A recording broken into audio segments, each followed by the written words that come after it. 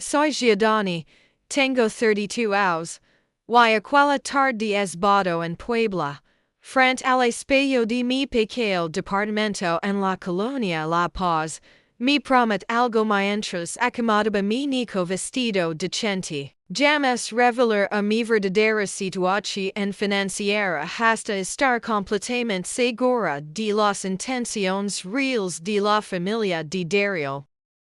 El me habe asegurado que sus hermanos y su mam me reciben con los brazos abiertos para la comida familiar en su casa de Lomas de Angelpolis, pero yo habe aprendido a leer entre líneas. Habe escuchado los comentarios sutiles sobre mi trabajo como maestra de primaria, las miradas arpidas a mis zapatos sin marca, las pausas incómodas cuando mencionaba que rentaba un depa.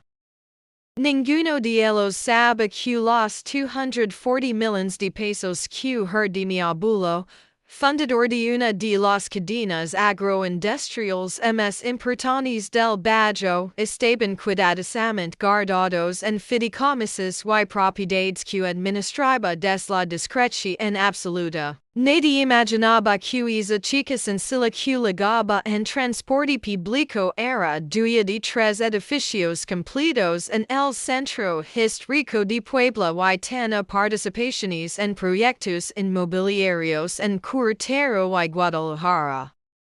Desde donde me estás viendo en este momento, escribe tu ciudad o estado en los comentarios y suscríbete si alguna vez te midieron por tu cartera y no por la grandeza de tu corazón. Lo que sucede es de y en los años siguientes cambia absolutamente todo en mi vida. Si alguna vez te juzgaron por tu cartera y no por tu corazón, reglame unlike y suscríbete. Actu historia es importa. De Jaime cantartísimo lego a es momento.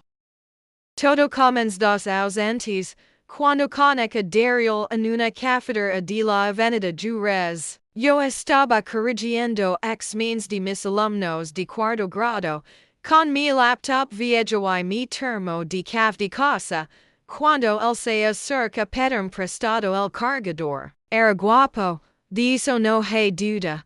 Con esa sonrisa fácil y ese estilo casual que parece natural pero que yo sabía que costaba. Tra una playera que reconoce porque habe visto el precio en una tienda de Angelpolis, 3,000 pesos. Sus tenis eran de edición limitada, su reloj brillaba discretamente en su mueca. Platicamos durante horas de mi que trabajaba en la empresa constructora de su familia, que haben levantado varias fraccionamientos en la zona de Lomas y Zavaleta, la que era maestra, que amaba mi trabajo, que vive sola desde años. No mention que elig ser maestra por vocación genuina, no por necesidad. No le dije que mi departamento sencillo de La Paz era una leche inconsciente para mantener mi vida privada lejos de miradas curiosas y amistades interesadas. Desde la muerte de mi abuelo cuando tenía 25 años, habe visto cómo las personas cambiaban cuando perciben el olor del dinero. Primos que nunca me hablaron de repente en reconectar. Amigos de la universidad que me ignoraron aparecieron con oportunidades de negocio. Pretendientes que antes me veían como la niña rara y estudiosa ahora me mandaban flores y pomas. Aprender pido. La máscara de normalidad económica era mi mayor protección. Dario y yo empezamos a salir. Era atento, curioso, me llevaba a lugares lindos pero nunca ostentosos. Sen vamos en fondas del centro. Vamos al cine en horarios con descuento. Pais vamos por el zicolo los domingos. El nunca me present por no tener coche. Nunca se puede que nuestras citas fueron sencillas. Me enamor de su risa. Decimo me escapaba hablar de mis alumnos, de la forma en que me abrazaba cuando estaba cansada. Pero siempre, siempre, habe una tensión subyacente cuando hablamos de su familia. Me contaba anécdotas de las comidas dominicales en casa de su mam, doa Rebecca, una mujer que según sus palabras era tradicional y con carácter fuerte. Me hablaba de sus dos hermanos mayores, Emiliano y Rodrigo, ambos socios activos en la constructora familiar. Mencionaba a sus cuadas, Fernanda y Paulina, que ven en de familias bien de calidad y san andar. Cada vez que yo preguntaba si yo endo conocer a su familia, Daryl encontraba una excusa, que su mam estaba de viaje, que sus hermanos tienen mucho trabajo, que major esperamos un poco más. Yo entendía el mensaje oculto. No estaba seguro de que yo encallara en su mundo, pues no antes de que finalmente me invitara a esa comida familiar.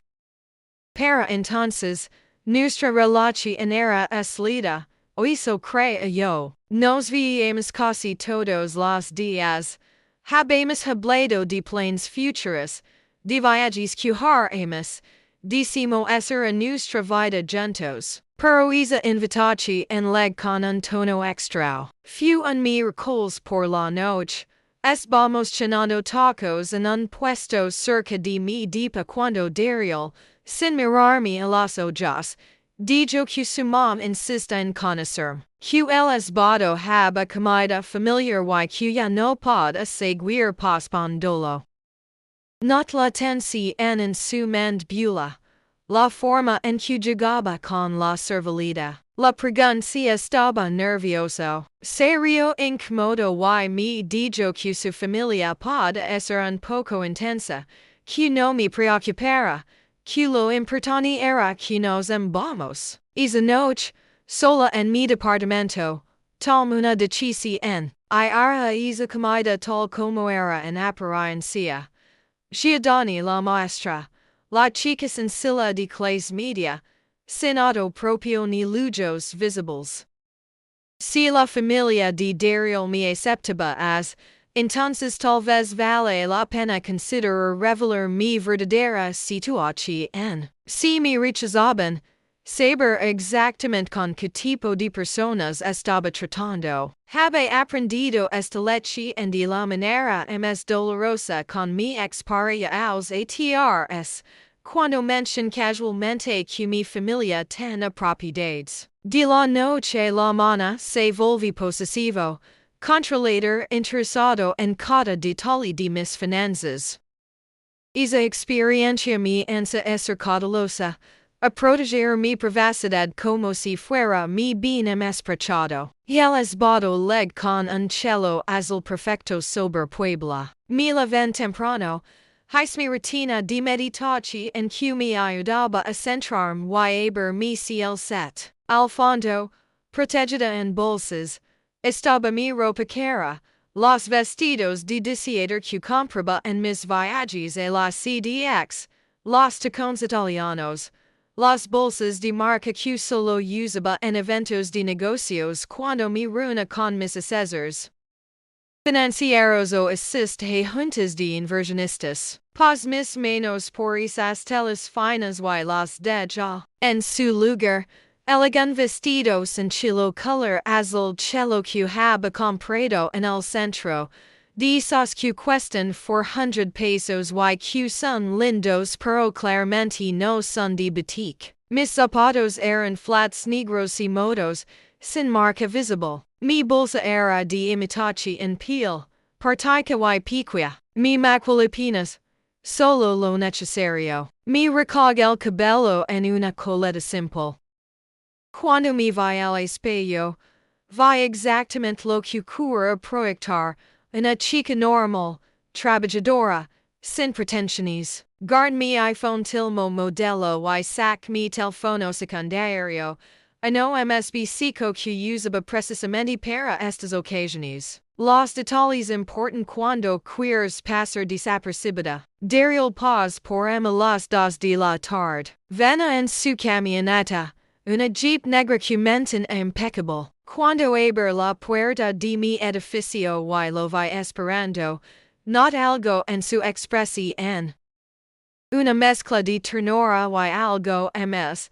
Algo que perica preocupación o quispena. Mi abrí la puerta.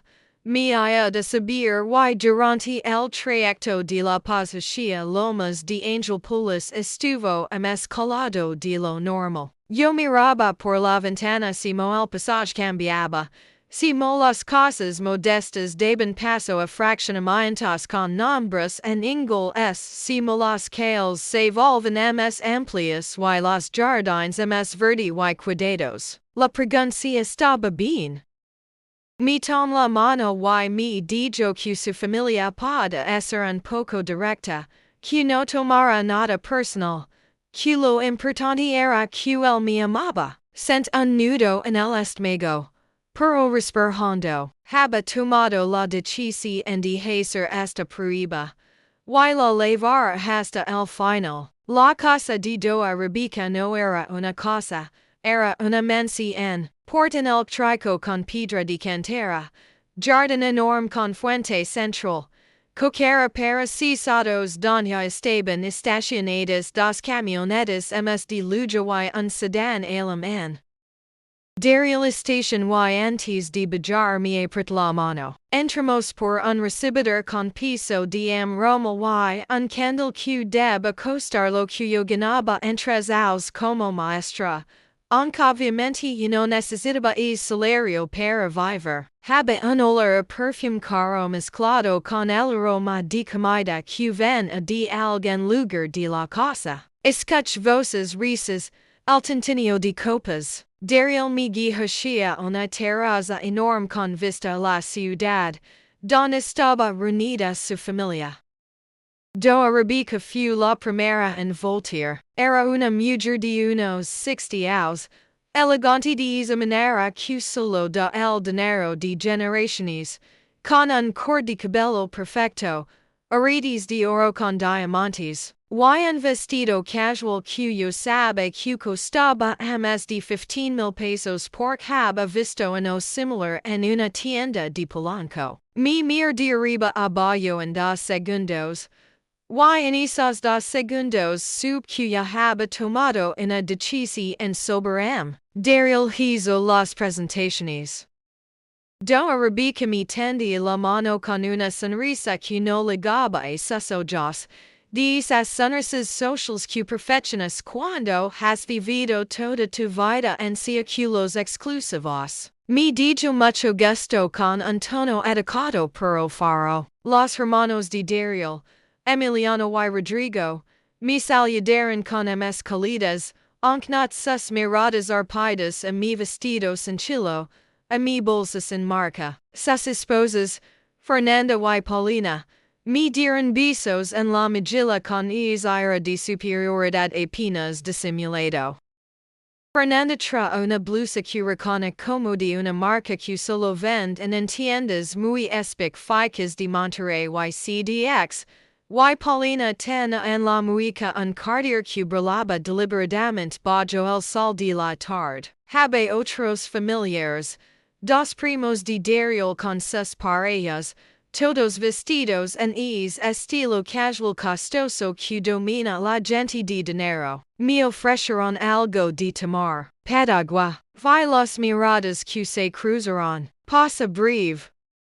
Es nudo en el estómago cuando te ven la ropa o el coche y deciden tu valor. Yo te veo. Si you endo te das cuenta de que te med en portabilitera. Comenta. Me sent juzgada o juzgado cuando. Y aprend que. Tu historia puede ser el abrazo que alguien necesita hoy. La comida fue un ejercicio de resistencia emocional. Me sent entre Daryl y Emiliano. En una mesa de madera finísima con un arreglo floral en el centro que debe haber costado 2,000 pesos solo en flores. La vajilla era de porcelana fina, los cubiertos de plata real. Habe 3 tipos de vino, agua mineral en botellas de vidrio con etiquetas francesas, Y la comida la haba preparado una chef que doa Rebeca present con orgullo como la misma que cocinaba para eventos del gobernador. Mientras comemos mol poblano con un to gourmet y arroz que sabe a zafar en verdadero. Empezaron las preguntas. Doa Rebeca dirige la conversación en como una directora de orquesta. Mi pregunta que me dedicaba. La dije que era maestra de primaria en una escuela pública de la colonia La Paz. Vi Simo alzaba las seis apenas. Simo Fernanda y Paulina intercambiaban una mirada. Rodrigo pregunta en qué escuela haba estudiado. Mention la universidad pública. Otro silencio breve. Emiliano intentando ser amable. Pregundi en de vive. Explique rentaba un departamento pequeño cerca del centro. Doa Rebeca tom un sorbo de vino y coment. Con tono que suena inocente pero que corta como navaja. Que valente de tu part vivir sola con un salario de maestra. Seguro require mucho ingenio para administrarse. Daryl intent cambiar el tema. Hable de un proyecto nuevo de la constructora, pero Fernanda redem el interrogatorio con elegancia venenosa. Me pregunta si tiene coche. Dije que no. Que me move en transporte público y Uber. Paulina coment que ella no poder vivir sin su camioneta, que era imposible moverse en Puebla sin auto propio.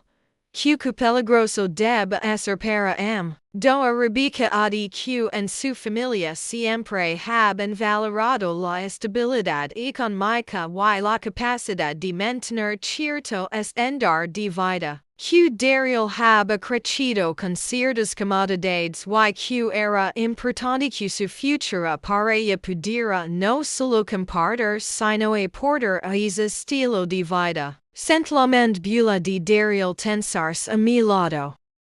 Puse mi mano sobre la suya por debajo de la mesa. La sonra a Doa Rebeca y la dije que entenda perfectamente su preocupación, que era natural que una madre quisiera lo mejor para su hijo, pero que yo creía que el amor y los valores compartidos eran más importantes que las cuentas bancarias. El silencio que seguí fue denso. Rodrigo tosi incómodo. Emiliano se concentra en su plato. Fernanda sonríe de lado. Doa Rebeca me mira fijamente y dijo, por supuesto, querida, pero el amor no paga las colegiaturas de los niños ni las hipotecas de las casas en buenas zonas. Y el resto de la comida transcurre en una tensión apenas disimulada. Hablaron de viajes a Europa, de clubes privados, de escuelas caras para los hijos de Emiliano y Rodrigo, de inversiones y propiedades. Yo asente escacaba, respondo cuando me preguntaban directamente. En un momento, Paulina con que acababan de comprar una casa en la playa en Acapulco, en la zona Diamante, y que esperaban que todos la visitaran en vacaciones. Me mir y pregunta si me gustaba la playa. Dije que hab ido algunas veces. No mention que tenía una casa en la Riviera Maya que rentaba por Airbnb y que me generaba ingresos pasivos de 80,000 pesos mensuales. No con que habe pasado 3 semanas en las Maldivas al interior, o que tenía planeado un viaje a Jap en que habe pospuesto por mi trabajo en la escuela. Dech que asumieron que mis vacaciones eran modestas, en balnearios locales, con presupuestos ajustados. Después de comer, mientras tomamos café y postre, un pay de nuez que estaba delicioso. Doa Rebeca seguiri que los mujeres nos movíamos a la sala para platicar mientras los hombres se quedaban en la terraza. Daryl me apretó la mano antes de soltarme. Sabe lo que viene en la sala, que era tan grande como mi departamento completo, con salones de piel italiana y un piano de cola en una esquina. Doa Rebeca, Fernanda y Paulina me rodaron con la precisión cazadores experimentados. Nos sentemos con nuestras tazas de café. Do arabica empez con suavidad aparente, preguntando por mi familia. La que mis padres habían muerto cuando yo era joven, que había crecido con mi abuelo, que ahora vive sola. Fernanda pregunta si tiene hermanos. Dije que no Paulina comment. Entonces no tienes mucha familia que te respalde. No era una pregunta, era una afirmación. Do arabica se inclina hacia adelante. Dej su taza en la mesa de centro de Rommel y me mir directo a los ojos. Giordani, me dijo, eres una chica muy linda y veo que Daryl te aprecia mucho. Pero tengo que ser honesta contigo. En esta familia tenemos ciertas expectativas. Los Arizmendi hemos construido un patrimonio y un nombre a lo largo de generaciones. Cuando mis hijos eligen pareja, no solo eligen para ellos, eligen para toda la familia. Y es importante que haya cierta compatibilidad no solo emocional sino también social y económica.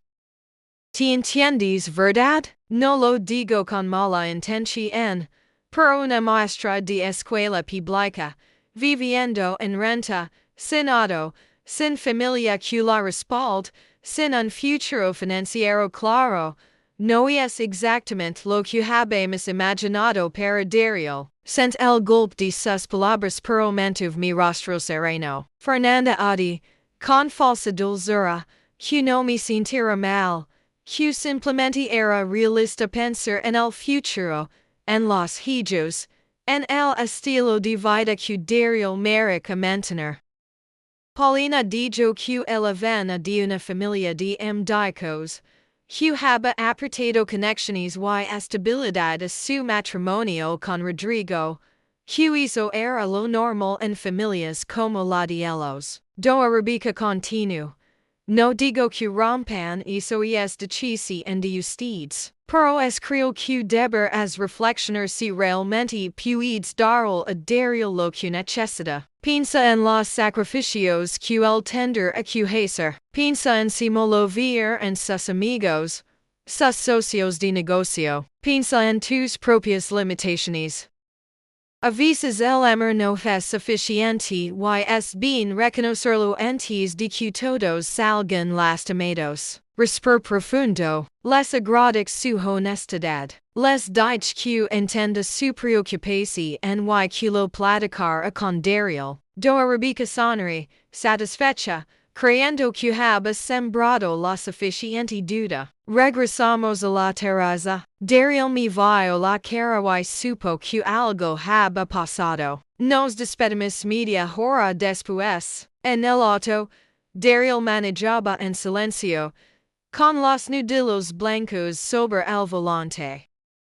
Cuando llegamos a una zona menos transitada, se detuvo a un lado de la calle y me preguntó qué había pasado en la sala. Le contó. Vimos su cara pasaba de la sorpresa a la furia a la vergüenza. Me dijo que lo sentía muchísimo, que no podía creer que su mom hubiera sido tan directa, que sus hermanas políticas siempre habían sido un poco clasistas pero que esto era demasiado. Me prometí que hablaré con ellos, que les doy que no tienen derecho a tratar más.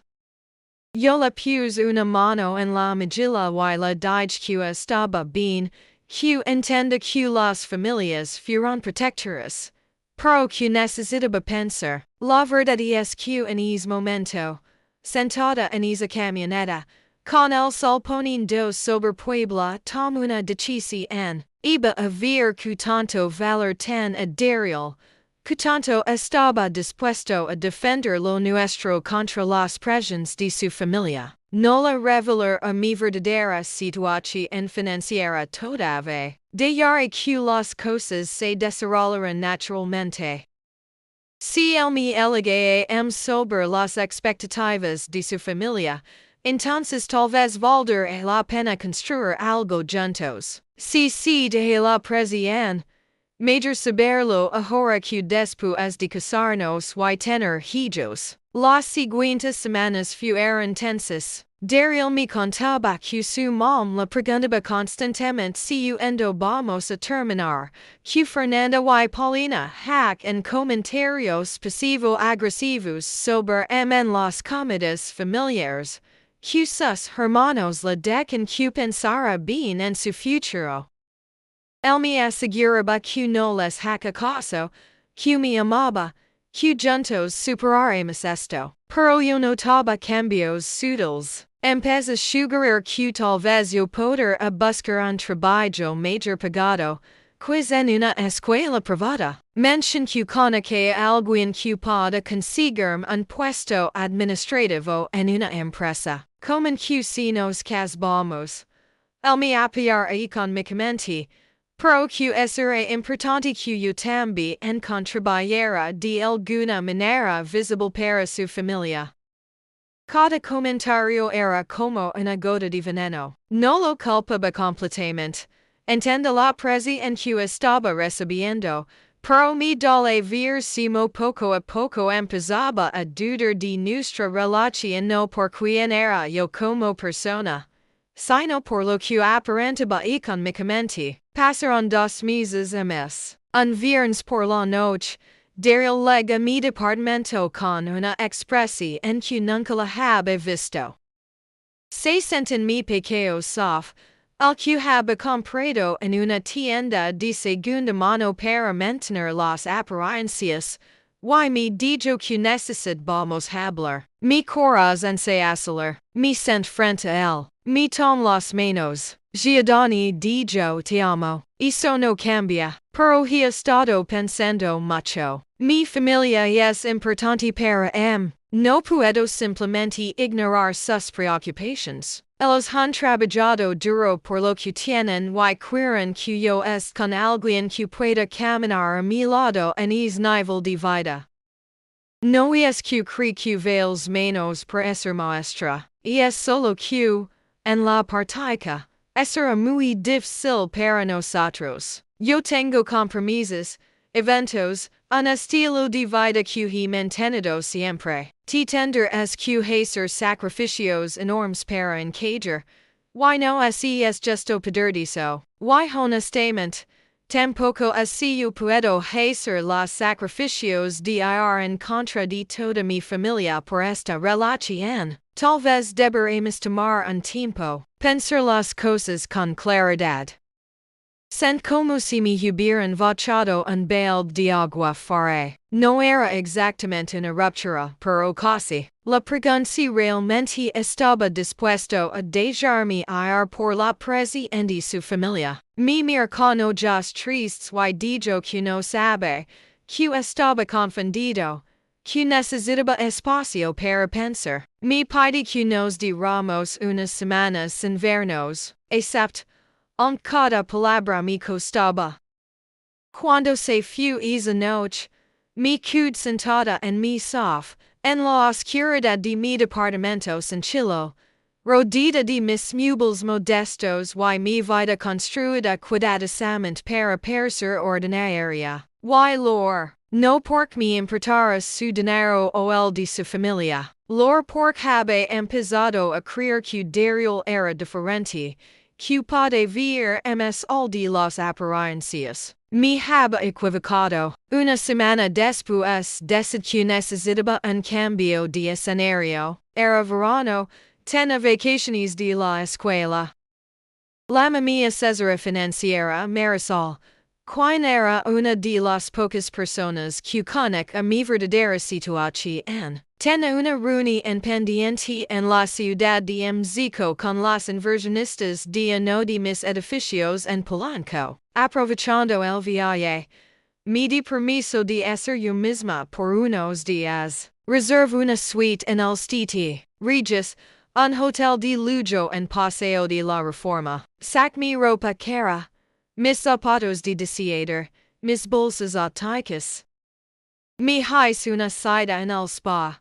Me arregló el cabello, Mi pus mi reloj Rolex Q casi nunca usaba. Assista mis juntas sin dom completa, poderosa, sinem scaris. Una noche, en un restaurante de Polanco, mi encontré con una vieja amiga de la universidad, Sidlali, que se había casado con un empresario y vive en la CDX. Nos pusimos al día. La lo que había pasado con Daryl, aunque sin revelar todos los detalles de mi estrategia.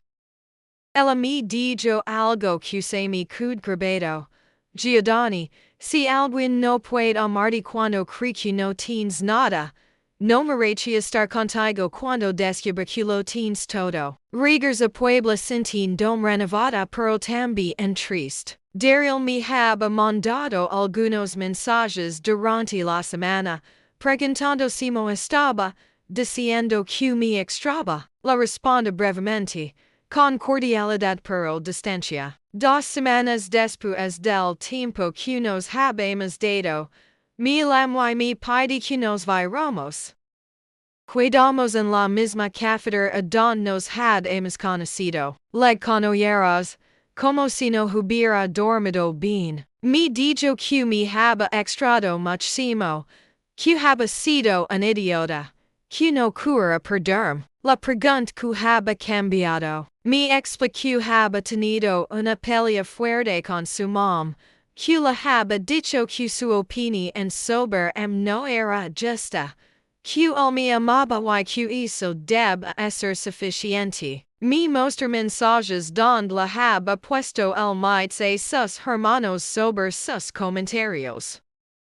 La cree, o quais creerlo, volvimos, pero algo había cambiado en Mantiene una pequeña pérdida emocional que antes no existe. Pasaron 3 meses y mes. Las cosas entre Daryl y yo eran buenas en la superficie, pero yo sentí que su familia seguía siendo un tema sin resolver. En septiembre, Daryl me propuso que nos fuéramos a vivir juntos. Dijo que había encontrado un departamento en renta en Lomas, que podemos dividir los gastos, que era un buen paso para nuestra relación. La dije que lo pensaré. La verdad es que tengo opiniones encontradas. Por un lado, quiero avanzar en nuestra relación. Por otro, no estaba segura de que fuera el momento correcto. No me interesa su familia seguía viéndome como una maestra pobretona que se había agarrado de su hijo. Una tarde de octubre, todo cambió de una manera que nunca anticipé. Daryl me invita a una comida familiar otra vez, esta vez para celebrar el cumpleaños de Doa Rebecca. Me preparo mentalmente. Me puse mi mejor vestido sencillo y fui. La comida fue en el mismo lugar, la mansión de Lomas de Angelpolis. Esta vez había más gente. Tíos, primos lejanos, amigos de la familia. Doa Rebecca me salud con cortes afuera. Fernando y Paulina me ignoraron la mayor parte del tiempo. Yo me mantuve al lado de Daryl, sonriendo educadamente, respondiendo cuando me hablaban. Después de comer, cuando estaban a punto de traer el pastel de cumpleaños, sucedió algo inesperado. Leg un hombre mayor, elegantemente vestido, con aire de autoridad que da el dinero y el poder. Doa Rebecca se levantó emocionada a recibirlo, presentándolo como el licenciado Montemayor, un inversionista importante y viejo amigo de la familia. Y el hombre salud a todos con amabilidad. Cuando sus ojos se posaron en se detuvo. Me miró fijamente. Yo sentí un escalofrío. Lo reconocí. Era Ricardo Montemayor, uno de los principales socios inversionistas en mi proyecto inmobiliario de Cuartero. Habemos tenido varias reuniones. La más reciente apenas 2 meses atrás en un restaurante de lujo en la CDX, don había ido vestida completamente diferente, con mi imagen empresarial. El licenciado Montemayor se acerca con una sonrisa enorme. Giordani, dijo mi nombre completo, que sorpresa tan agradable en contrariac. Toda la terraza se quedó en silencio. Don Arabica pregun confundida si nos conocemos. Y el licenciado se rió y dijo, conocernos. Don Arabica, esta joven es una de las inversionistas más brillantes con las que he tenido el placer de trabajar. Y es socia meritaria en 3 proyectos inmobiliarios que estoy desarrollando, incluyendo las torres que están construyendo en Juriquilla. Y el silencio que sigue fue ensordecido. Vi las caras de todos volteando a verme con expresiones de shock absoluto. Daryl me miraba como si me viera por primera vez. Do Arabica haba palidecido. Fernando y Paulina tan en las bocas abiertas. Emiliano y Rodrigo se habían enderezado en sus sillas. Y el licenciado Montemayor, ajeno a la bomba que acababa de detonar, continuó hablando con entusiasmo. Mi preguntimo iba mi proyecto de renovación en el centro histórico de Puebla. Si haba decidido ya sobre la expansión en Guadalajara y como que mi abuelo estar orgulloso de ver si haba multiplicado la herencia que él le haba dejado. Mencionan miras, habla de mis propiedades, de mis inversiones. Cada palabra era como un martillazo sobre la mesa familiar. Yo mantuve la compostura, sonora educadamente. Respond brevemente, intentando no ser grosera con el licenciado pero tampoco dar muchos detalles frente a esta audiencia que me miraba como si hubiera llegado de otro planeta. Cuando finalmente el licenciado Montemayor se alé para saludar otros invitados, el silencio continuó. Do Arabica fue la primera en recuperar el habla. Con voz temblorosa, me pregunté si lo que haba dicho el licenciado era verdad. Toma un sorbo de mi agua mineral, dej el vaso suavemente sobre la mesa. Y mira cada uno de los antes de responder. Les dije que era verdad. Que haba heredado de mi abuelo una fortuna considerable que haba administrado y incrementado en los últimos 7 años. Que haba elegido vivir de manera modesta por elección propia, no por necesidad. Que mi trabajo como maestra era una vocación genuina, algo que porque me apasionaba, no porque necesitara el salario. Que tenía propiedades en Puebla, Cuartero, CDXY Guadalajara. Que mis inversiones me generaban ingresos pasivos de varios cientos de miles de pesos mensuales. Que haba ocultado esta información en deliberadamente porque haba aprendido que las personas cambian cuando perciben el dinero. Y cura a estar segura de las verdaderas intenciones de quienes me rodeaban.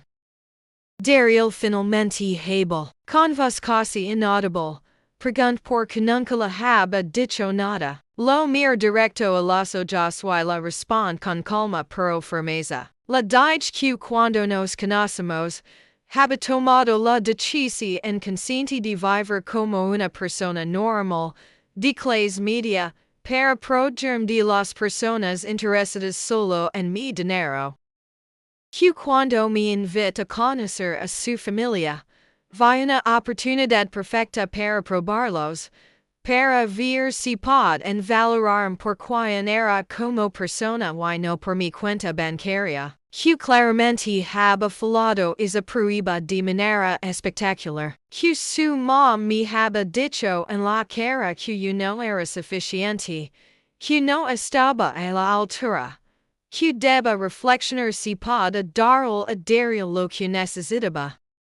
Mira do Arabica y la dije, Señora Arabica, irones de la vida, resulta que mi patrimonio supera al de su familia. Mis propiedades valen más de 240 millones de pesos, sin contar mis inversiones al cuidas y participaciones empresariales. Poder a comprar tres cosas como esta y no afectar a significativamente mis finanzas, pero nunca, meter a el valor de una persona por su cuenta bancaria. Esa es la diferencia entre tener dinero y tener clays. Si esto te est moviendo por también viviste al juicio de una familia, no estás sola ni solo. Es canal y es un espacio seguro para hablar de clasismo y dignidad. Suscribite para encontrar historias nuevas cada semana. Estrategias para proteger tu corazón y recordatorias de que tu valor no se mide en pesos. Fernanda intenta decir algo. Alguna excusa sobre que no habían sabido. Que si hubieran sabido haber en actuado diferente. La detuve con una mano levantada.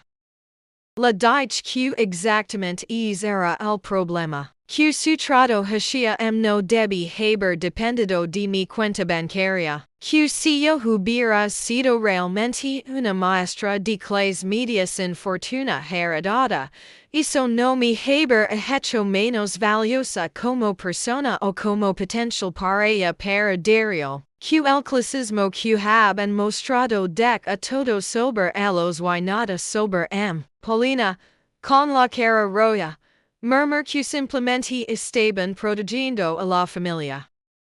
La responde que proteger a la familia no requiere humilar otros, que se puede ser cauteloso sin ser cruel, que la educación y el dinero claramente no garantizaban buenos modales ni buen corazón. Doa Rebecca se haba cuidado sin palabras, algo que intu que no susta frecuentemente. Sus manos temblaban ligeramente mientras intentaba procesar lo que acababa de pasar. Rodrigo y Emiliano se miraban incómodos. Los demás invitados murmuraban entre ellos. Algunos se alejaban discretamente. Otros se acercaban con curiosidad mal disimulada. Daryl seguía sentado, con la cabeza entre las manos. Me levant de la mesa. La dije a Daryl que necesitaba que creo que todos necesitamos espacio para procesar lo que había sucedido. Él se levanta rápidamente. Me pide que esperara, que habláramos. La dije que después. Que no era el momento ni el lugar. Doa Rebecca detenerme, tartamudeando algo sobre un malentendido, sobre que podemos platicar con calma. La mira y la dije suavemente pero con firmeza que no haba malentendido alguno. Que ella haba dejado muy claras sus prioridades y sus valores. Que yo también tiene claros los amos. Salí a casa caminando con la cabeza en alto, aunque por dentro temblaba de la adrenalina y la emoción. Petenuber, porque obviamente haba ligado con Daryl y no iba a quedarme un minuto más. Durante el trayecto a mi departamento, empecé a recibir llamadas y mensajes. Daryl me llamó 7 veces. Sus hermanos me mandaron mensajes pidiendo disculpas. Incluso Doa Rebecca me envió un mensaje de texto, algo que nunca haba hecho antes, diciendo que necesitamos hablar con urgencia. Los ignora todos. Luego a mi pequeño departamento de La Paz, me quit los zapatos, me serve una copa de vino que tenía guardado para ocasiones especiales y me senté en mi sofá a procesar todo. Habe pasado meses construyendo esta situación, esta prueba, pero nunca anticipé que terminara as. Habe esperado eventualmente revelar mi situación por decisión propia, en el momento correcto, cuando estuviera segura de las intenciones de Daryl. Y el destino habe decidido diferente. Esa noche no dorm. Daryl vino a tocar mi puerta a las 11 de la noche. Lo escuché desde dentro. Rogandome que la abriera, que habláramos. Me quedé cálida, esperando que se fuera. Lo hizo después de media hora, pero sus mensajes continuaron toda la noche. Mi deca que no pode crer lo que haba pasado, que estaba en shock, que necesitaba entender por que haba guardado y secreto, que lo senta mucho por cimo su familia me haba tratado, que por favor le dirá oportunidad de arreglarlo. Respond solo una vez, cerca de las 4 de la mañana, Daryl, cuando tu familia me juzga por mi aparente situación económica, cuando tu mom me dijo en la cara que no era suficiente para ti, cuando ti mismo dudaste de nuestra relación por presiones externas sobre mi cuenta bancaria, todos mostraron sus verdaderos valores. El dinero que tengo o no tengo no debe haber sido relevante nunca. Una persona es valiosa por su carácter, su corazón, su integridad, no por sus propiedades. Necesito tiempo para pensar que quiero hacer con esta relación. Los siguientes días fueron un torbellino. La historia se reg como pilavora en los círculos sociales de Lomas de Angel Polis y las zonas exclusivas de Puebla. Aparentemente, varias de los invitados al cumpleaños de Doa Rebeca eran personas influyentes que conocen al licenciado Montemayor o que se mueven en círculos empresariales donde mi nombre como inversionista no era completamente desconocido. Empecé a recibir invitaciones a eventos sociales de personas que nunca me habían dirigido la palabra. Recibí llamadas de conocidos de mi abuelo que habían perdido contacto y ahora quieren reconectar. 3 empresarios me mandaron propuestas de inversión. 2 bancos privados me contactaron ofreciendo servicios exclusivos de wealth management. Era exactamente el circo que había evitado por años manteniendo mi perfil bajo. Ignor casi todo. Me concentro en mi trabajo en la escuela, don mis alumnos y colegas no saben nada de mi situación financiera y me trataban como siempre, como su maestra Giordani. Una semana después del incidente, Daryl aparece en la escuela. Me por fuera hasta que terminaron las clases. Cuando salgo y lo vi, con ojeras profundas y vestido más casual de lo que suele, sent una punzada en el pecho. A pesar de todo, lo haba amado. Caminamos a un parque cercano y nos sentamos en una banca.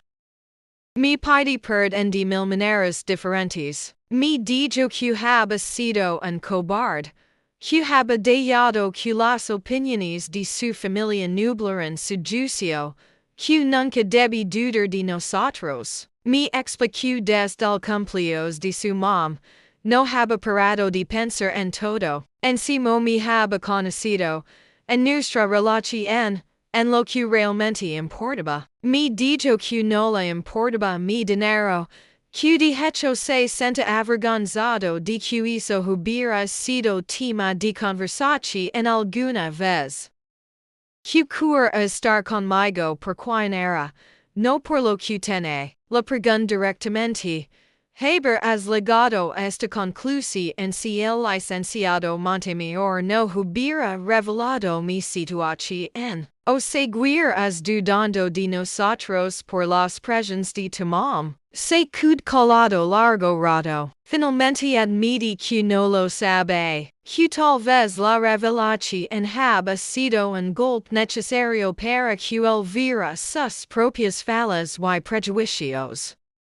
Que se haba dado cuenta de que él también, aunque no tan abiertamente como su familia, haba empezado a medir nuestra compatibilidad en términos económicos. Que eso era injusto y estaba mal. Aprecié su honestidad. Le dije que necesitaba más tiempo, que esto no era algo que pudiera resolverse con una conversación en un parque. Que su familia me haba lastimado profundamente, pero más que eso, que él me haba lastimado al no defenderme con más firmeza, al dudar de lo nuestro.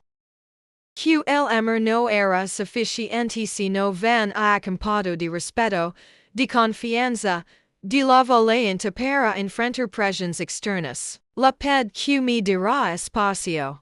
Que si realmente me amaba y querer intentar reconstruir lo que tenemos, necesitaba demostrar con acciones, no solo con palabras, que había aprendido la lección. Pasaron 2 meses.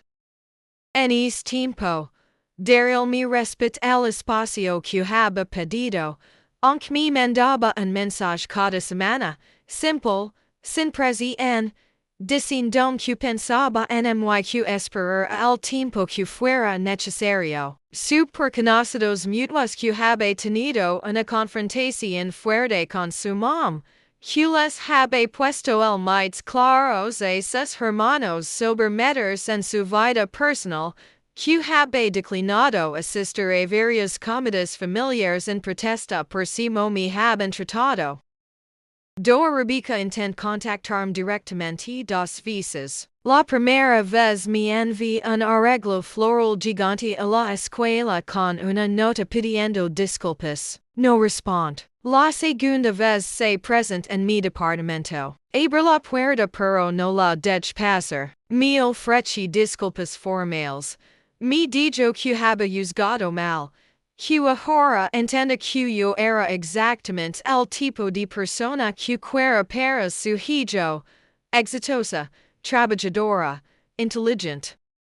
Le respondo que agradezco sus palabras, pero que no necesitaba su aprobación en basada en mi cuenta bancaria. Que si hubiera sido realmente una maestra de clase media sin fortuna, eso no me habría hecho menos digna de amor y respeto. Que esperaba que esta experiencia la enseñara a ella y a su familia a no juzgar a las personas por las apariencias o el estatus económico. Cerré la puerta suavemente pero con firmeza. En diciembre, durante las vacaciones de invierno, tomé una decisión.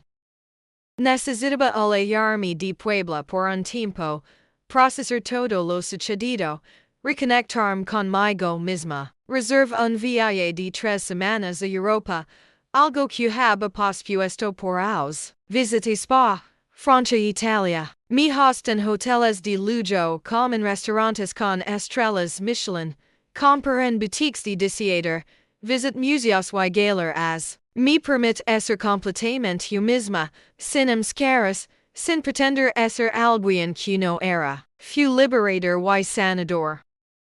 Durante ese viaje, tuve mucho tiempo para reflexionar. Me di cuenta de que el ejercicio de ocultar mi riqueza, aunque había empezado como una forma de protegerme, también me había impedido vivir auténticamente. Había construido muros tan altos que ni siquiera la persona que supuestamente amaba podía conocerme realmente. Eso no era justo ni para Daryl ni para Si vamos a tener alguna oportunidad de reconstruir nuestra relación, tendrá que ser desde la honestidad completa, desde la autenticidad, desde la vulnerabilidad de mostrarme tal como era, una mujer exitosa, con recursos, con educación, con pasión por la enseñanza, con un corazón que había sido lastimado pero que en puede amar. Regreso a Puebla en enero con una claridad que no había tenido en meses. Le mando un mensaje a Daryl.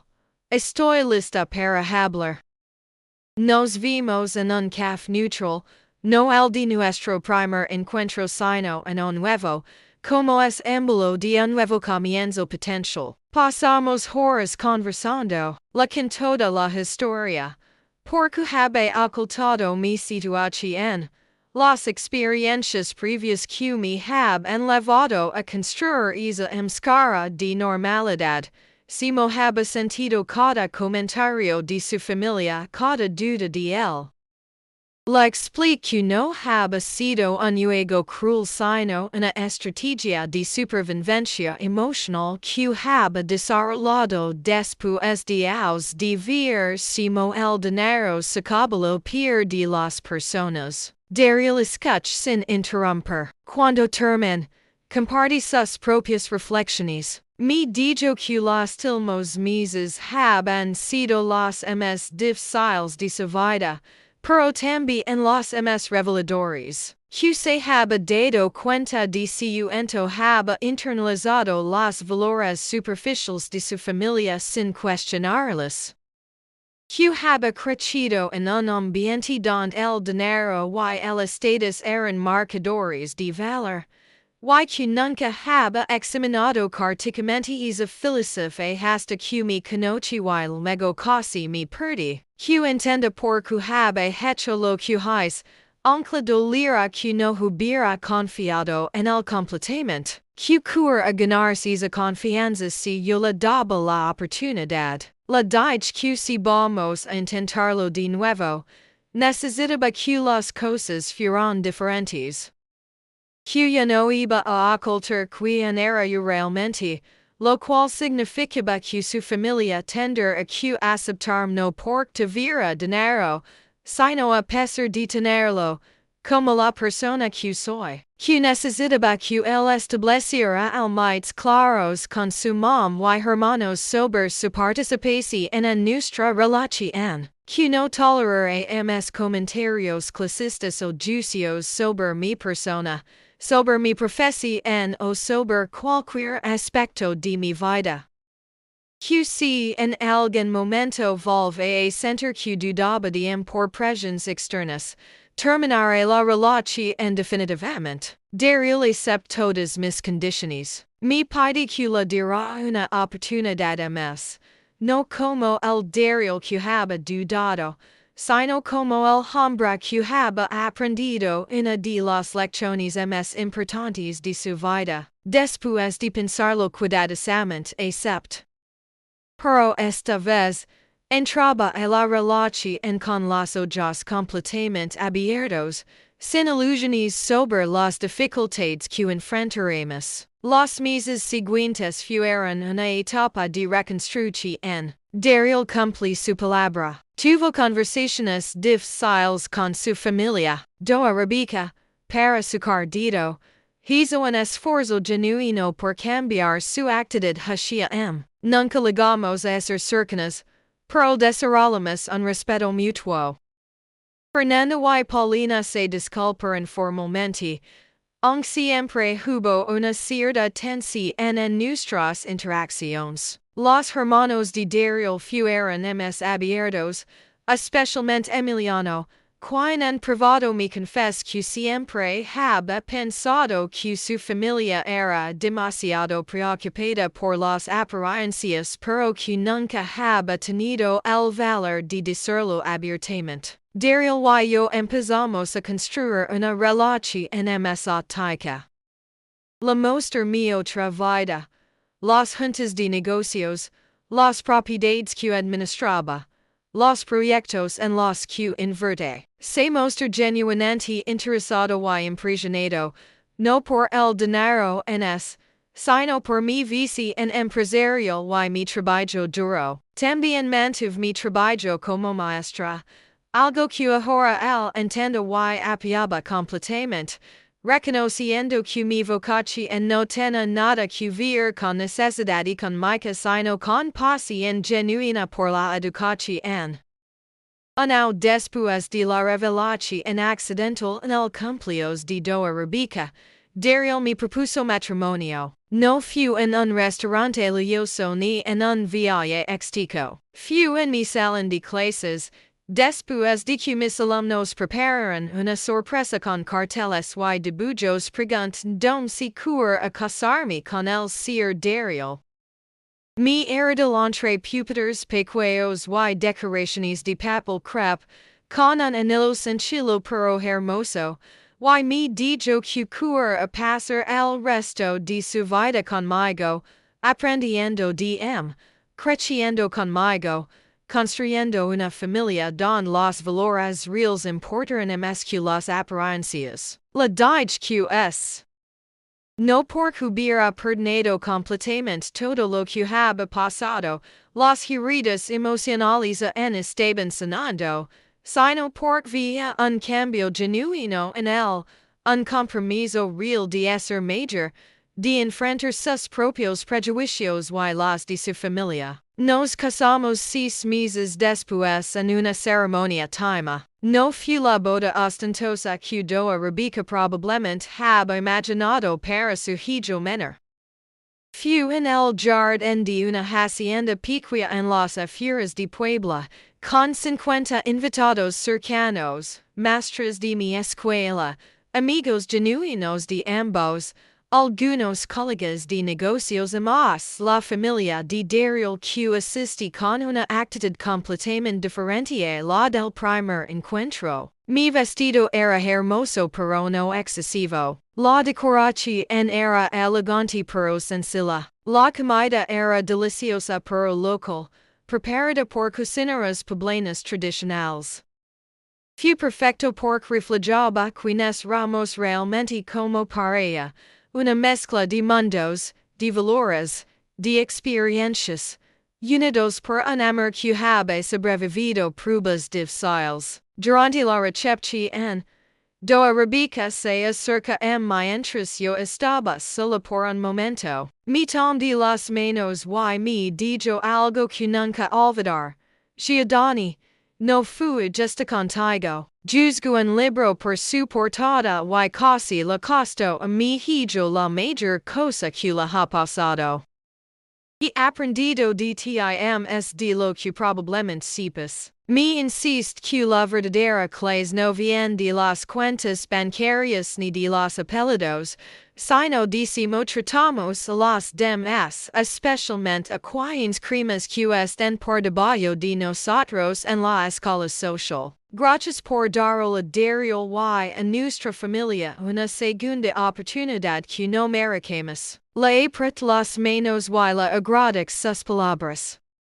No vamos a ser segura y no era del tipo tradicional y cercano, pero habemos encontrado un entendimiento mutuo basado en el respeto. Ahora, casi 5 años después de aquella primera comida desastrosa en Lomas de Angelpolis, mi vida es completamente diferente. Daryl y yo vivimos en una casa hermosa que decimos juntos en Colula, no tan ostentosa como la de su familia pero si moda y lina de las. Sigo siendo maestra, ahora directora de mi propia escuela que fundes 2 años, un proyecto educativo que combina excelencia académica con accesibilidad económica, financiado en parte por mis inversiones. Daryl trabaja conmigo en algunos proyectos de construcción para la escuela y ha desarrollado su propia rama de la empresa familiar enfocada en vivienda de interés social, algo que su familia inicial resiste pero que ahora apoyan. Tenemos una hija de 2 años, Amarani, a quien estamos criando con los valores que aprendimos de la manera más difícil, que el corder importa más que la cuenta bancaria, que la empate vale más que las etiquetas de deseador, que el respeto se gana con acciones y no con herencias. La familia Arismendi cambia, no completamente pero significativamente. Doa Rebecca ahora es voluntaria en mi escuela, leyendo cuentos a los niños los jueves. Fernanda y Paulina han suavizado sus actitudes, especialmente después de ver cómo mi modelo de vida genuino y sin pretensiones ha traído más felicidad a Daryl que cualquier matrimonio estratégico de negocios haber logrado. Emiliano se divorció de Fernanda hace un año y ahora está en una relación con una doctora que trabaja en hospitales públicos. Algo que doa Rebecca acepta sin comentarios despectivos una señal de que realmente hab interiorizado las lecciones aprendidas. La historia decimo la maestra pobre resulta ser milenaria se convierte en una especie de leyenda en ciertos círculos sociales de Puebla. Algunos la cuentan con admiración, otros con vergüenza si fueran par de quienes me juzgaran. Yo he aprendido a no dar mucha importancia a las opiniones externas. He aprendido que vivir auténticamente, sin caras excessivas pero con el mites sanos, es el nico camino hacia la verdadera paz interior. A veces pienso en esa versi en diem misma que se sent en la terraza de do arabica hace 5 años, con mi vestido de 400 pesos y mi bolsa de imitación, escuchando comentarios clasistas mientras ocultaba una fortuna. Me pregunto si deb haber manejado las cosas diferente. Si deb haber sido honesta desde el principio. La respuesta es compleja. Por un lado, la prueba que dice verdades importantes sobre las prioridades de la familia de Daryl y sobre las propias inseguridades de Daryl. Sin esa revelación en dramatica, tal vez nunca haber hemos enfrentado esos problemas. Y haber en salido a la superficie más tarde, quiz cuando tuviéramos hijos o enfrentamos decisiones importantes. Por otro lado, reconozco que ocultar algo tan significativo sobre mi vida también crea una base de desconfianza que tom tiempo reparar. La honestidad y la vulnerabilidad son riesgosas, pero son esenciales para construir relaciones genuinas. Si pudiera hacerlo de nuevo, tal vez encontrar un balance. No revelar todo inmediatamente, pero tampoco construir una facada tan elaborada. Tal vez haber confiado en poco más, arriesgado en poco más. Pero al final, el camino que tomé trajo una vida don soy completamente yo misma, don mi pareja me conoce y ama en mi totalidad, don mi familia política ha crecido más al de sus prejuicios iniciales, don mis inversiones financieras en proyectos que mejoran vidas. Don mi trabajo como educadora sigue siendo mi pase en principal. Tengo cicatrices emocionales de aquellos meses difíciles, de los comentarios hirientes, de las dudas y las lágrimas. Pero también tengo sabiduría, el más claros, una comprensión más profunda de lo que realmente importa en la vida. A mis alumnos les enseño todos los días que su valor no depende de las marcas de sus zapatos o de las coches de sus padres. Les enseño que la verdadera riqueza está en su carácter, en su bondad, en su curiosidad, en su capacidad de ser y trabajar duro. Y lo enseño no como un ideal abstracto, sino como algo que vive en carne propia, algo que proba en el fuego de la experiencia real. Antes de seguir con lo que pasa en la sobremesa, quiero preguntarte, si el fue la frase más dolorosa que insinuaron sobre tu situación económica. Si puedes escribir las palabras que dolieron fueron, y lo que me haber gustado que entendieran es, nos cuidamos entre todas y todos.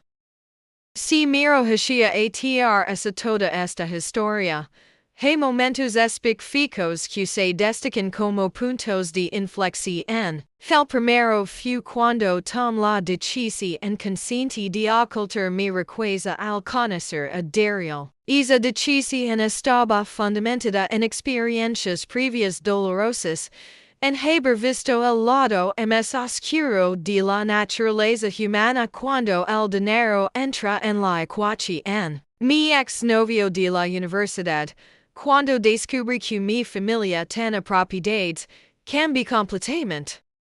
Se volví interesado solo en mi herencia potencial, plain sobre si mo gastar más mi dinero.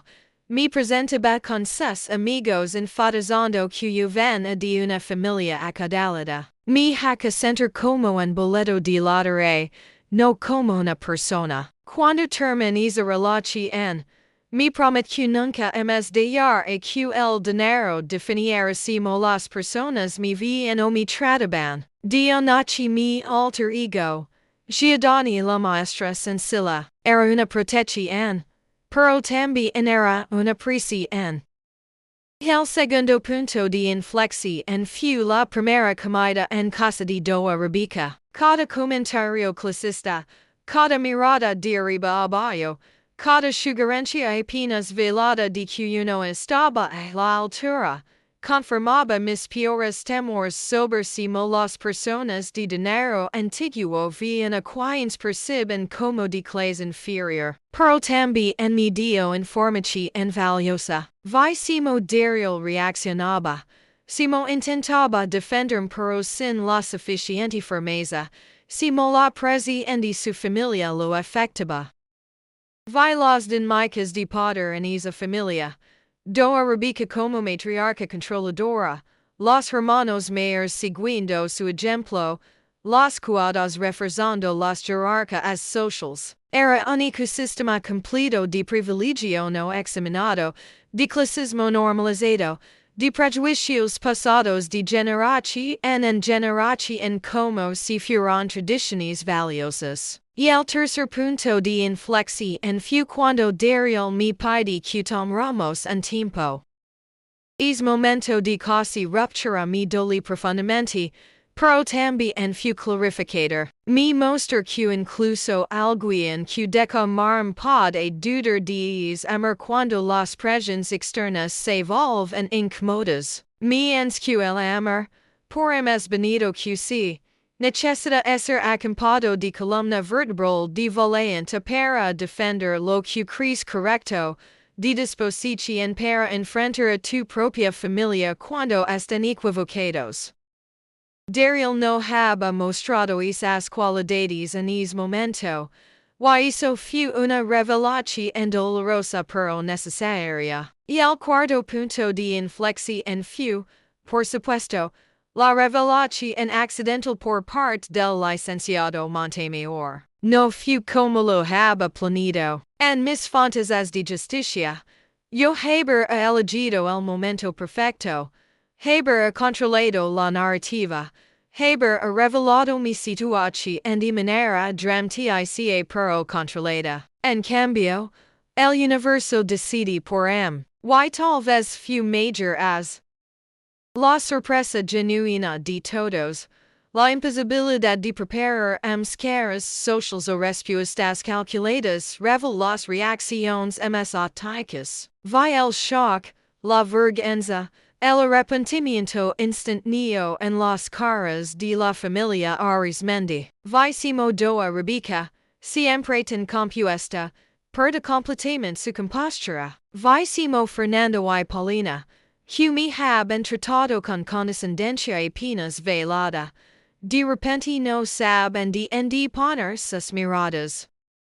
Y vi simo Daryl me miraba como si me viera por primera vez, con una mezcla de asombro, confusión y algo que poder haber sido admiración o poder haber sido simple shock. Y el quinto punto de inflexión fue mi viaje a Europa. Esas 3 semanas de soledad deliberada, de vivir completamente como yo misma sin compromisos ni máscaras, me mostraron lo cansada que estaba de esconderme.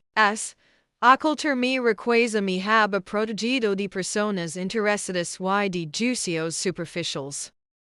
Pero también me había impedido vivir plenamente, aceptar mi propia realidad, celebrar mis logros. Había construido una identidad doble tan elaborada que a veces ni yo misma sabía si él era la real. Caminar por las calles de par es vestida con mi mayor ropa, sin preocuparme porque alguien de Puebla me viera y preguntara si mo pod pagar es viaje. Fue liberador de maneras que no anticipo. Comer en restaurantes de lujo sin esconderme en rincones oscuros, sin fingir que era un lujo ocasional financiado con sacrificios, fue sanador. Comprar en boutiques de disiader sin la culpa autoimpuesta de que estaba rompiendo el personaje, fue revolucionario. Me di cuenta de que merece vivir auténticamente, que mi dinero lo había heredado y multiplicado honestamente, que no tenía por qué sentir vergüenza de mi éxito. El sexto y último punto de inflexión fue cuando decidieron una segunda oportunidad a Daryl. No fu una decisi en sil ni arpida. Paz semanas en terapia, procesando todo, examinando mis propios patrones y mitos. Mi terapeuta me hizo preguntas difíciles.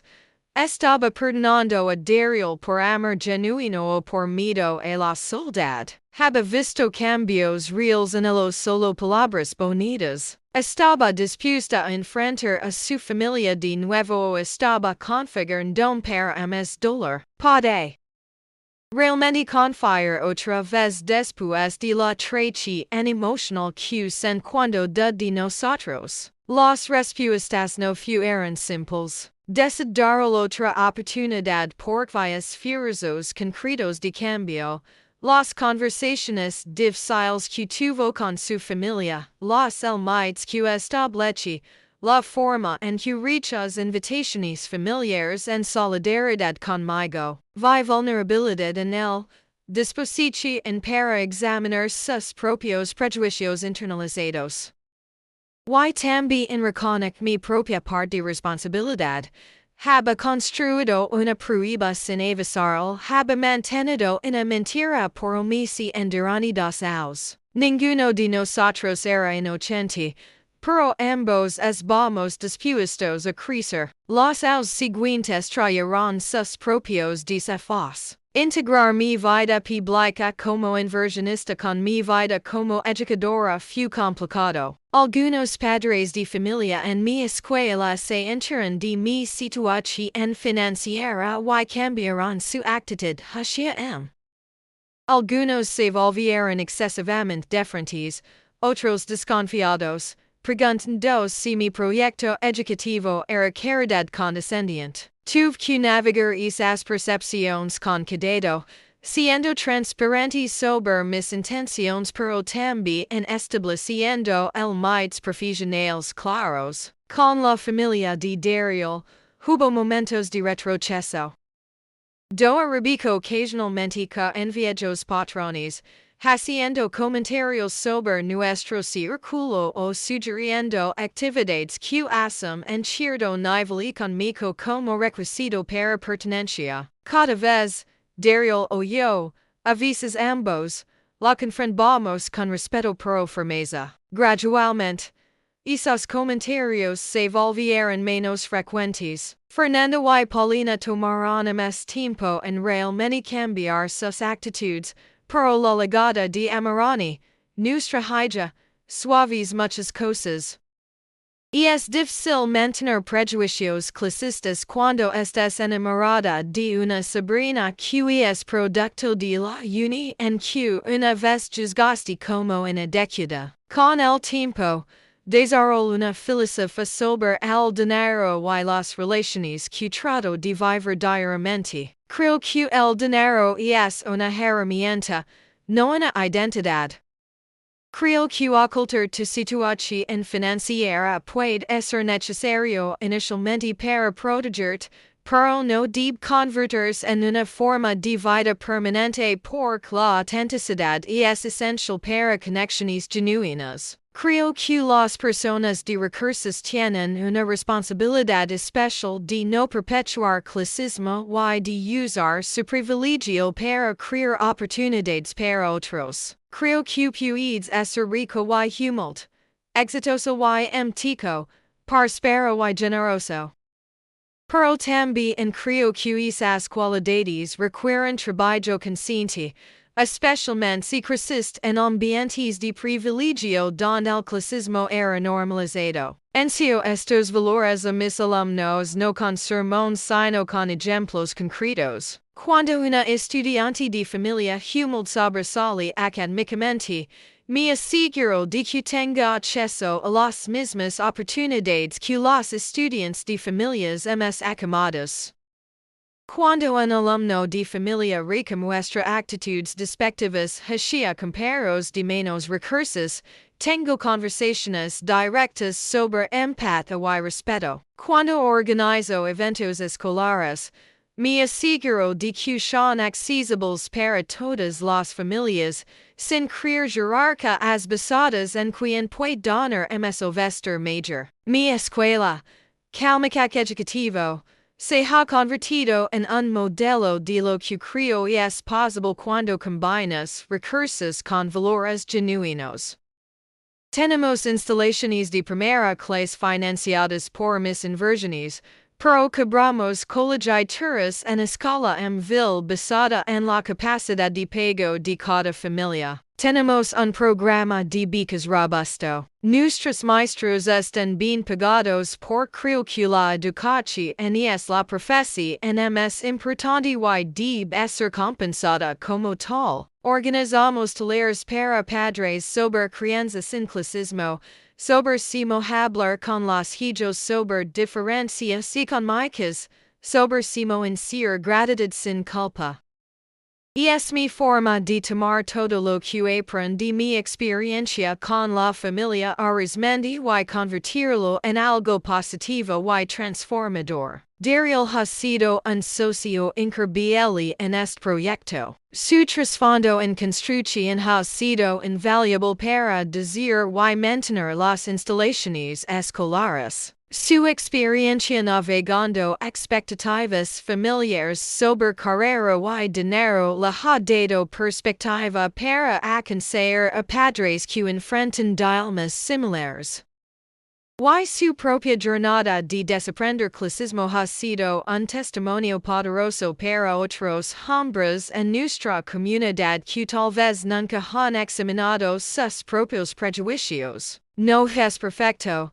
Todavía ocasionalmente dice cosas que revelan su crianza privilegiada, pero la diferencia es que ahora es consciente de ello y trabaja activamente en cambiar. Esa conciencia y esfuerzo son lo que lo hace un buen socio y un buen padre. Nuestra hija Amarani es creciendo en un ambiente completamente diferente al que Daryl o yo experimentamos. Ella sabe que su mom tiene dinero, pero también envía su mom trabajar duro todos los días en la escuela. Ve su pap diciendo cosas para familias de bajos recursos. Ve sus abuelos arismendi siendo voluntarios y tratando a personas de todos los estratos con respeto. No la estamos criando en negocio en de nuestro privilegio económico, pero tampoco lo estamos celebrando como si nos hiciera superiores. La encimos que tiene responsabilidades especiales por tiene ventajas especiales. La encimos que el valor de una persona no se mide en su ropa sus juguetes. La encimos que la bondad y el respeto son las verdaderas marcas de la grandeza. Tiene dos aos. Es que obviamente estos son conceptos que ir entendiendo gradualmente, pero los cimientos se están estableciendo ahora. Reflexionando sobre todo esto, casi 5 años después de aquella revelación accidental, me doy cuenta de que cada persona en esta historia ha evolucionado de maneras significativas. Do era capaz de ser una matriarca clasista a una abuela que voluntariamente pasa tiempo con niños de todas las clases sociales y que ha aprendido a meter a las personas por su carácter. Fernanda y Paulina, aunque nunca seremos amigas cercanas, han moderado significativamente sus actitudes y ocasionalmente me piden consejos sobre inversiones o proyectos. Emiliano encontró el valor para salir de un matrimonio que no lo haga feliz y buscar una pareja basada en compatibilidad emocional en lugar de conveniencia social. Rodrigo se ha vuelto más consciente de si habla sobre dinero frente a sus hijos. Y Daryl se transforma de un hombre que dejaba que las opiniones de su familia dictaran sus decisiones románticas a un esposo que establece límites claros y define sus valores, incluso cuando es incómodo. Yo también cambié. Paz de ser alguien que se esconde detrás de una facada elaborada a alguien que vive auténticamente mientras mantiene privacidad sana. Aprende que la vulnerabilidad es fortaleza, que la honestidad construye conexiones más profundas que la protección, que arriesgar al coraz es necesario para amar verdaderamente. Apren que mi dinero no me define, pero tampoco deberá ser algo que tenga que ocultar con vergüenza. Apren que puedo usar mis recursos para crear cambio positivo sin ser condescendiente o paternalista. Apren que las heridas del clasismo son profundas y duraderas, pero que las personas pueden crecer más al de sus crianzas si están dispuestas a hacer el trabajo interior difícil. Y apren que las segundas oportunidades, cuando es en fundamentadas en cambio genuino y no solo en palabras bonitas, pueden llevar a relaciones más fuertes y auténticas.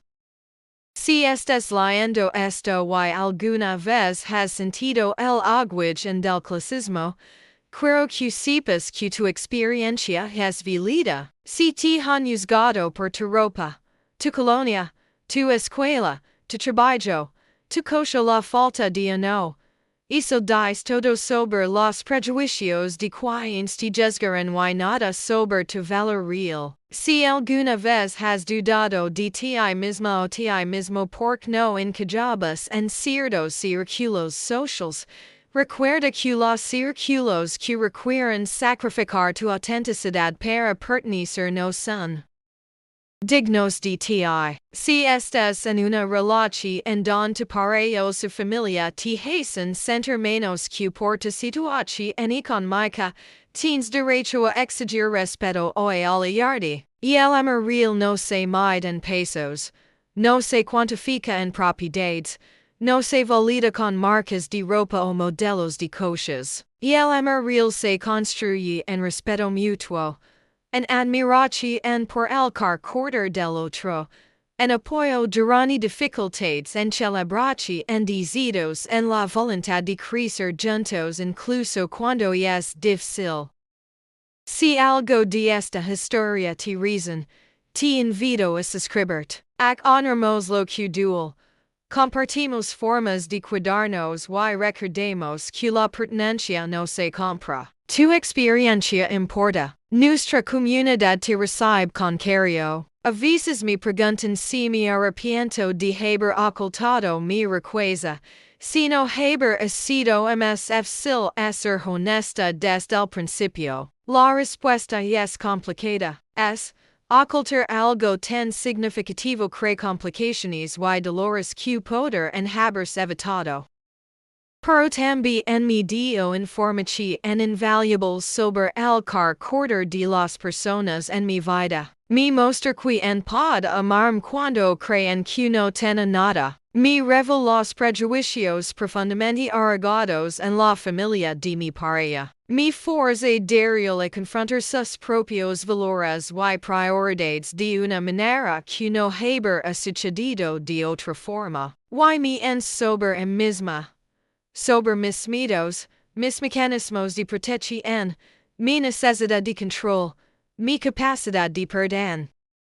Si pudiera volver al día que conozco Daryl en esa cafetería, no estoy segura de que hará todo diferente. Tal vez será un poco más abierta, un poco más rápido. Tal vez establecerá el más claros sobre lo que estaba dispuesta a tolerar de su familia. Pero la esencia de la prueba, la necesidad de saber que alguien puede amarte por quien eres y no por lo que tienes, eso lo mantendrá. Hoy, cuando paso por lomas de Angelpolis y veo esas mansiones con sus portones altricos y sus jardines perfectamente cuidados, pienso en aquella tarde esbado hace 5 años. Pienso en la chica que era, con su vestido de 400 pesos y su bolsa de imitación, lista para enfrentar el juicio de una familia que cree tener el derecho de medir su valor. Pienso en el coraje que requiere sentarse en esa mesa, escuchar esos comentarios, mantener la compostura mientras cada palabra cortaba. Pienso en las noches que después, cuestionando si alguien poder amarme verdaderamente sin importar el dinero. Y pienso en la mujer que soy ahora, ms fuerte, ms sabia, ms atica, ms liber, el via vale la pena, cada el grima, cada duda, cada momento de dolor, porque al final, encontró no solo a una pareja que aprendi a amarme correctamente, sino también a mí misma, en toda mi complejidad y autenticidad. La última leche en que esta experiencia me ansias que la justicia emocional es más satisfactoria que la venganza. Cuando el licenciado Montemayor reveló mi situación en frente toda la familia Arizmendi, tuve un momento de vindicación, vi la vergüenza en sus caras, el arrepentimiento instantáneo, la incomodidad palpable. Poder haberme regadado en ese momento. Poder haber sido cruel. Poder haber dicho cosas hirientes en respuesta a todo lo que me habían hecho sentir. Pero elig dignidad. Elig expresar mi decepción con calma pero firmeza. Elig no humilarlos aunque me habían humilado. Y esa eleche en ha hecho toda la diferencia. Me permite mantener mi integridad. Me abre la posibilidad de la reconciliación. Me mostra que puedo defender mis almights sin convertirme en la villana de la historia. La verdadera justicia no es hacer que otros se sientan tan mal como te hicieron sentir.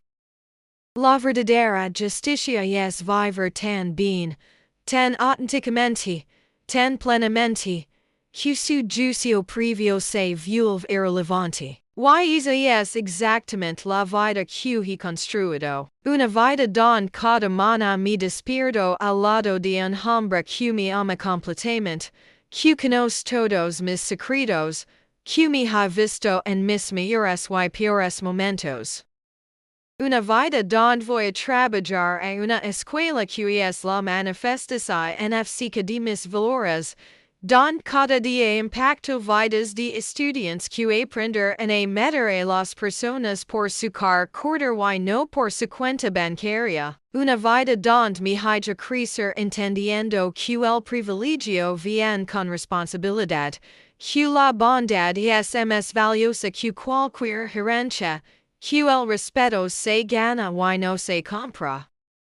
Una vida donde me sugra, que una vez me dijo que no era suficiente, ahora me pide consejos y admite que yo le he sido lecciones que su dinero nunca pudo comprarle. Una vida donde mis cuidados, que me miraron con desprecio, ahora ven a sus hijos crecer junto a mi hija en un ambiente de respeto mutuo. Una vida donde puedo ser completamente yo misma, empresaria y educadora, rica y humilde, exitosa y mtica, fuerte y vulnerable.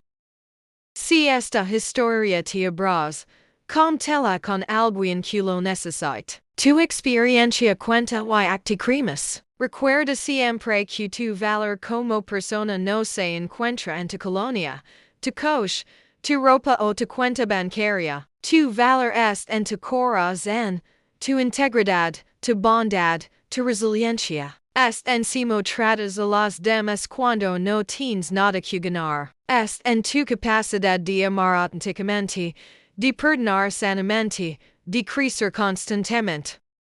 Es en la huella que dejas en las vidas que tocas, en las personas que ayudas, en el mundo que contribuyes a construir. Y el dinero puede abrir puertas, pero no puede comprar las cosas que realmente importan, el amor verdadero, el respeto genuino, la paz interior, la autenticidad, la pertenencia real. Esas cosas solo vienen cuando tienes el valor de ser quien realmente eres, sin máscaras, sin disculpas, sin vergüenza.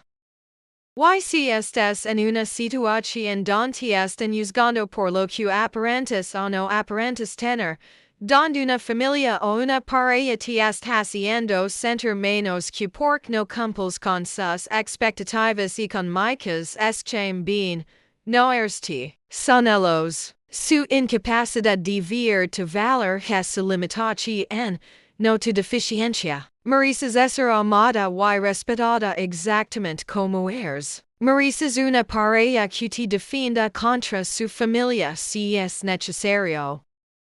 Mereces pertenecer a espacios donde tu presencia es celebrada, no tolerada. Y si esos espacios no existen en tu vida actual, tienes el poder de buscarlos o crearlos. No te conformes. No te hagas pequeña. No sacrifiques tu autenticidad para encajar en moldes decididos por personas que valoran lo superficial.